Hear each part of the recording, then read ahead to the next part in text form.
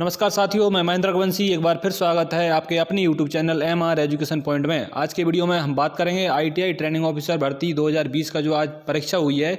आज जो मॉर्निंग की शिफ्ट में जो एग्जाम हुआ है उसमें किस टाइप से क्वेश्चन आए हुए हैं, टेक्निकल आया है कि नॉन टेक्निकल आया है, उसका पूरा रिव्यू हम करेंगे, पूरा एनालिसिस करेंगे।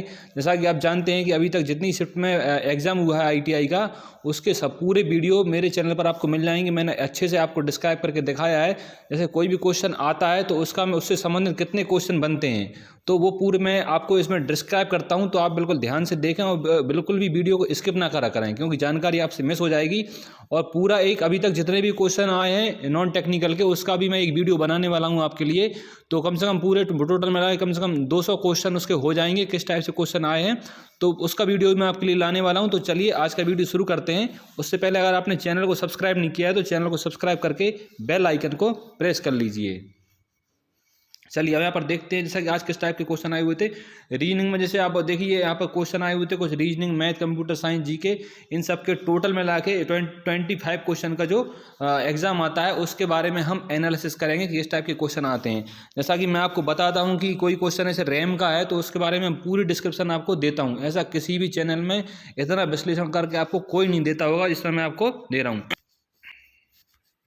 चलिए कंप्यूटर के क्वेश्चन की बात कर लेते हैं। तो कंप्यूटर में एक क्वेश्चन आया था, स्पूफिंग क्या होती है। स्पूफिंग, कंप्यूटर में स्पूफिंग क्या होती है। तो स्पूफिंग एक क्या है, हैकिंग से संबंधित है। स्पूफिंग जो क्या होता है, कंप्यूटर में कोई भी IP एड्रेस के माध्यम से डाटा भेज देता है और अपने कंप्यूटर में उसमें वायरस आ जाते हैं, तो उस टाइप को इसको बोलते हैं हैकिंग। जिस प्रकार हैकिंग करने वाले को हैकर कहते हैं, ठीक उसी प्रकार स्पूफिंग करने वाले को स्पूकर भी कहते हैं। ठीक है, जैसे क्या होता है यहाँ पर आप देख रहे होंगे, स्पूफिंग का अर्थ क्या है। IP स्पूफिंग का तात्पर्य है फेक इंटरनेट प्रोटोकॉल। ठीक है, IP प्रोटोकॉल के माध्यम से आपके कंप्यूटर में वायरस भेजना और आपका डाटा चोरी करना स्पूफिंग कहलाती है। ठीक है, सेकंड एक क्वेश्चन आया था, रैम से संबंधित एक क्वेश्चन आया था कंप्यूटर में कि किस मेमोरी में डाटा अस्थायी रूप से रहता है और कम समय के लिए रहता है, तो वो होता है रैम। रैम का फुल फॉर्म क्या होता है, रैंडम एक्सेस मेमोरी। ये अस्थायी मेमोरी होती है जो लाइट चले जाने के बाद कंप्यूटर से उसका डाटा चला जाता है। UPS कनेक्ट नहीं है पावर बैकअप के लिए, तो जैसे ही लाइट जाएगी तो उसका डाटा चला जाता है। ठीक है, अब जनरल नॉलेज की बात करें तो यहाँ पर जनरल नॉलेज में जो क्वेश्चन आए हुए थे, एक क्वेश्चन आया था, ईस्ट इंडिया कंपनी की स्थापना के समय भारत का शासक कौन था। तो उसका आंसर है मुगल सम्राट जहांगीर। अब ईस्ट इंडिया कंपनी से संबंधित कितने क्वेश्चन बनते हैं तो आप यहाँ पर देख लीजिए। जब ईस्ट इंडिया कंपनी की स्थापना हुई थी तब भारत का शासक कौन था, मुगल बादशाह। ठीक है, उसका 1556 से 1605 तक वो था। ठीक है, और 1600 समथिंग में आई थी ईस्ट इंडिया कंपनी इंडिया में, लेकिन 1608 में सूरत में बंदरगाह पर सूरत के बंदरगाह पर कंपनी के जहाज पहली बार भारत आए थे। ठीक है, उसके पहले क्या हुआ था, ईस्ट इंडिया कंपनी की स्थापना हो गई थी, लेकिन जब पहला कारखाना स्थापित हुआ था तब सर थॉमस रो 1615 में राजा जेम्स के दूत के रूप में मुगल सम्राट जहांगीर के दरबार में आए थे और अंग्रेजों के लिए सूरत में एक कारखाना स्थापित करने का अधिकार उन्होंने जहांगीर से ले लिया था। तो क्या आंसर इसका क्या होगा, मुगल सम्राट जहांगीर के समय में ईस्ट इंडिया कंपनी की स्थापना हुई थी। ठीक है, नेक्स्ट बात करेंगे, सेकंड क्वेश्चन आया था, उदयगिरी की गुफाएं किस जिले में स्थित हैं। तो इसका आंसर है विदिशा। ठीक है, विदिशा के पास उदयगिरी नाम की एक जगह है, वहाँ पर उदयगिरी की गुफाएं के नाम से जो कहलाती हैं वो उदयगिरी गुफाएं हैं। मध्य प्रदेश के विदिशा के निकट 20 गुफाएं हैं। इसमें ये गुफाएं 5वीं शताब्दी से के आरंभ काल की हैं और शिलाओं को काटकर बनाई गई हैं। देखिए दूसरा क्वेश्चन ये हो जाता है कौन सी शताब्दी की है। ठीक है, तीसरा यहाँ पर ये क्वेश्चन हो जाता है, इन गुफाओं में भारत के कुछ प्राचीनतम हिंदू मंदिर और चित्र सुरक्षित हैं। ठीक है, मतलब ऐसा क्वेश्चन बनता है कि इन गुफाओं में क्या है, तो इसका आंसर आप ये दे सकते हैं। ठीक है, अब ये इन गुफाओं किसके द्वारा बनवाई गई थी, तो इन गुफाओं में स्थित अभिलेखों के आधार पर यह स्पष्ट है कि ये गुफाएं गुप्त नरेशों द्वारा निर्मित कराई गई थी। तो यहाँ पर आप देख रहे हैं कि एक क्वेश्चन से मैंने आपको 4-5 क्वेश्चन कवर करवा दिए हैं। ऐसे ही जो है ना हर क्वेश्चन का मैं एनालिसिस करता हूँ और उसकी संपूर्ण जानकारी आपके लिए लाता हूँ।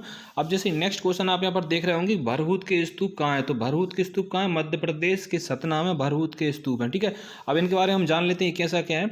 भरहूत भारत के मध्य प्रदेश राज्य में सतना जिले में स्थित एक गांव है जो प्राचीन बौद्ध स्तूप कलाकृतियों एवं अन्य पुरातात्विक वस्तुओं के लिए प्रसिद्ध है। यहाँ एक बौद्ध स्तूप के भग्नावशेष प्राप्त हुए हैं जिसका निर्माण सम्राट अशोक या पुष्यमित्र शुंग के शासनकाल में हुआ था। तो आप देख रहे होंगे इसमें भी 2-3 क्वेश्चन कवर हो गए हैं। इसमें अलेक्जेंडर कनिंघम ने सर्वप्रथम 1873 में इस स्थल का पता लगाया था। ठीक है, अब इनके जो इसमें जो पुरातत्व जो थे उसमें यहाँ से प्राप्त पुरातात्विक महत्व की कुछ वस्तुओं को कोलकाता के भारतीय संग्रहालय में और कुछ अन्य को प्रयागराज के संग्रहालय में रख दिया गया है। अब नेक्स्ट हम बात करेंगे, जैसे एक क्वेश्चन आया था कि बाघ की गुफाओं के चित्र कहाँ पर हैं, बाघ की गुफाएं कहाँ पर है, तो बाघ की गुफाएं कहाँ है, ऐसे ऑप्शन आए थे उसमें मध्य प्रदेश, छत्तीसगढ़, इस टाइप से। तो बाघ की गुफाएं कहाँ है, मध्य प्रदेश के धार जिले में स्थित है, मतलब मध्य प्रदेश में है और धार जिले में स्थित है, ठीक है। इसमें कुल गुफाओं की संख्या क्या है, 9 गुफाओं की संख्या है, और 7 गुफाओं में जो चित्र थे वो पूर्ण रूप से नष्ट हो गए हैं, और जो 4 और 5 नंबर की जो गुफा है उसमें कुछ चित्र शेष हैं। इनका पता किसने लगाया था, 1907-8 में कर्नल सी लुबर्ट ने इन गुफाओं का निरीक्षण किया था, और इन गुफाओं के चित्र संसार के सामने आए हुए थे, ठीक है। इससे पहले इन गुफाओं को कोई जानता नहीं था। नेक्स्ट क्वेश्चन है जो करंट अफेयर से आया हुआ था कि भारत के जो वर्तमान जो राष्ट्रपति हैं माननीय द्रौपदी मुर्मू जी, वो कौन सी राष्ट्रपति हैं, तो यहाँ पर देख रहे होंगे 15वीं राष्ट्रपति हैं वो। और उनके हम बता देते हैं यहाँ पर उनके जन्म कब हुआ था, उनके बारे में जान लेते हैं। उनका जन्म 20 जून 1958 को भारत की 15वीं और वर्तमान राष्ट्रपति के रूप में सेवारत एक भारतीय राजनीतिज्ञ हैं, यानी उनका जन्म 20 जून 1958 को हुआ था, ठीक है। और भारत के राष्ट्रपति के रूप में चुने जाने वाली ये जनजातीय समुदाय की पहली महिला हैं, पहले व्यक्ति हैं, ठीक है। जनजातीय समुदाय से अभी तक कोई भी राष्ट्रपति ऐसा आया नहीं था, ठीक है, मतलब एसटी से, ठीक है। अब हम बात करते हैं मुर्मू प्रतिभा पाटिल के बाद भारत की राष्ट्रपति के रूप में सेवा करने वाली दूसरी महिला है, यानी पहली कौन थी, प्रतिभा पाटिल, और दूसरी महिला राष्ट्रपति कौन है, माननीय द्रौपदी मुर्मू जी। नेक्स्ट क्वेश्चन आता है, राष्ट्रपति पद को संभालने वाली उड़ीसा की द्वितीय व्यक्ति हैं और देश की सबसे कम उम्र की राष्ट्रपति भी हैं, ठीक है। मुर्मू भारत की आज़ादी के बाद पैदा होने वाली पहली राष्ट्रपति है। कि अब कितने क्वेश्चन बन रहे हैं इनके ऊपर, मैंने पूरे क्वेश्चन आपके लिए यहाँ पर क्लियर कर दिए हैं। राष्ट्रपति बनने से पहले 2000 से 2005 के बीच उड़ीसा सरकार के मंत्रिमंडल में विभिन्न विभागों में सेवाएं दी इन्होंने, ठीक है। 2015 से 21 तक झारखंड के 9वें राज्यपाल के रूप में भी इन्होंने कार्यभार संभाला। तो इतने क्वेश्चन देखिए कंप्लीट हो गए हैं। नेक्स्ट क्वेश्चन एक यहाँ पर आया था, सांची का स्तूप मध्य प्रदेश के किस जिले में स्थित है। देखिए कहने को तो वो रायसेन जिले में आता है, लेकिन निकट होता है विदिशा को। तो इतने ज़्यादा लोगों को पता नहीं था कि रायसेन में है कि जिले में, लेकिन उसको वैसे जिले में सांची जो जगह है वो रायसेन में आती है, लेकिन उनको विदिशा में बोलते हैं कि वो विदिशा जिले में आता है, ठीक है। क्वेश्चन में अगर रायसेन है तो रायसेन लिखेंगे और विदिशा है तो विदिशा आंसर लगाएंगे। अब ये किसने बनवाए थे, तो सम्राट अशोक महान ने 3री शताब्दी 27 ईसा पूर्व में बनवाया था। बाद में सांची के स्तूप को अग्निमित्र शुंग ने जीर्णोद्धार करके बड़ा विशाल बना दिया, ठीक है। किसके स्तूप है, वास्तुशैली क्या है, बौद्ध स्तूप है, ठीक है। हाँ, स्थान सांची मध्य प्रदेश एशिया में, ठीक है। नेक्स्ट बात करेंगे, इसे क्वेश्चन ये पहले आया था, पहला भी ये क्वेश्चन बता दिए पहले कि मैं जो कल आए थे, साइमन कमीशन किसके शासनकाल में भारत आया था, ठीक है। तो लॉर्ड इरविन के समय में भारत आया था, जब वायसराय कौन थे, लॉर्ड इरविन, ठीक है। 3 फरवरी 1928 साइमन कमीशन भारत आया था, और साइमन कमीशन के विरुद्ध होने वाले आंदोलन में मुस्लिम लीग ने भी भाग लिया था। और इस आंदोलन में सबसे बड़ी दुखद चीज़ क्या हुई थी, लाला लाजपत राय की मृत्यु हो गई थी 17 नवंबर 1928 को, ठीक है। नेक्स्ट साइंस के क्वेश्चन के बारे में बात करेंगे। तो साइंस के क्वेश्चन आप देख रहे हैं, जीवाणु से संबंधित एक क्वेश्चन था कि जीवाणु संबंधित रोग कौन से हैं, तो हैजा, म्यादी, बुखार, निमोनिया, तपेदिक, क्षय रोग इत्यादि जीवाणु से संबंधित रोग होते हैं। तो जो भी जीवाणु संबंधित रोग है वो आप पढ़ सकते हैं। बाकी साइंस के क्वेश्चन ज़्यादा पता नहीं चले हैं, आए भी हों तो, ठीक है। शक्ति की इकाई क्वेश्चन एक आया था, शक्ति की ऐसा इकाई क्या है, वॉट, जो 1 जूल प्रति सेकंड के बराबर होती है। नेक्स्ट बात करेंगे, मैथ्स के जो क्वेश्चन आए थे उनके बारे में बात करेंगे। चाल एवं दूरी से 2 प्रश्न आए थे, किससे, चाल एवं दूरी से 2 प्रश्न आए थे। कैसे क्वेश्चन होते हैं, उनके एग्जाम्पल मैंने यहाँ पर आपको दी है। एक बस 43 घंटे में 2924 किलोमीटर की दूरी तय करती है, तो बस की चाल क्या है, तो उसका सूत्र कौन सा लगेगा, चाल बराबर दूरी बटे समय, ठीक है। ये सूत्र लग जाएगा, ठीक है। उस सूत्र से आप यहाँ पर निकाल सकते हैं। और आंसर मुझे कमेंट में करके बताएं सभी लोगों को।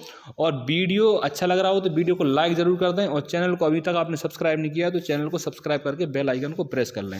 नेक्स्ट क्वेश्चन है, 50 किलोमीटर प्रति घंटा की चाल से एक चलती हुई 100 किलोमीटर रेलगाड़ी एक खंबे को पार करेगी, ठीक है, कितने किलोमीटर में। तो उसको आंसर आप यहाँ पर जो उसका फॉर्मूला है उससे आप लगा लें, ठीक है। औसत के क्वेश्चन भी यहाँ पर आए हुए थे। 24 छात्रों तथा अध्यापक की औसत आयु 15 वर्ष है। जब अध्यापक की आयु निकाल दी जाती है तो एक औसत आयु 1 वर्ष कम हो जाती है, तो अध्यापक की उम्र ज्ञात करें। तो यहाँ पर भी उसको सॉल्व करके आप देखें और आंसर मुझे कमेंट में करके बताएं। नाम एवं धारा के क्वेश्चन आए थे। सिंप्लीफिकेशन के क्वेश्चन हर शिफ्ट में आ रहे हैं, सभी ट्रेड के एग्जाम में ये सिंप्लीफिकेशन क्वेश्चन आ रहे हैं बोर्ड मास के, ठीक है। तो मैंने जैसे बोर्ड मास का पूछा था, बोर्ड मास का ऑर्डर क्या रहता है, bracket, order, division, multiplication, addition, subtraction, इस टाइप से इक्वेशन को सॉल्व करते हैं।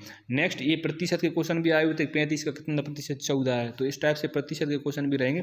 अनुपात से संबंधित भी क्वेश्चन आए थे कि ए तथा बी की वार्षिक आयु अनुपात 4:3 है, उनकी वार्षिक व्यय का अनुपात 3:2, वर्ष के अंत में उनकी प्रत्येक 6000 की बचत करें तो ए की आय क्या होगी तो यहाँ पर आप उसको सवाल से निकाल सकते हैं।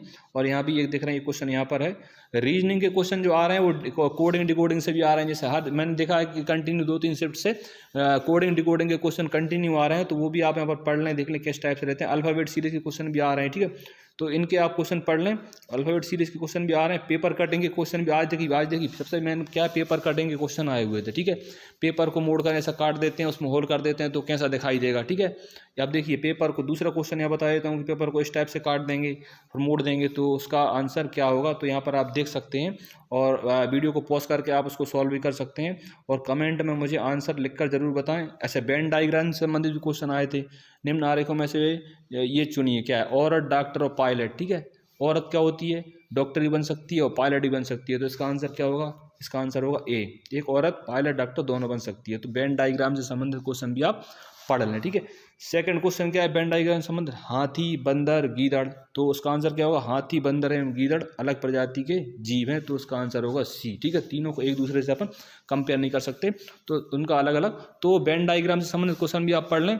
तो साथियों मुझे आशा है कि वीडियो आपको अच्छा लगा होगा। वीडियो अच्छा लगा तो वीडियो को लाइक, अपने दोस्तों के साथ शेयर जरूर करिए। और अगर चैनल तो अभी तक आपने सब्सक्राइब नहीं किया तो चैनल को सब्सक्राइब करके बेल आइकन को प्रेस कर लीजिए।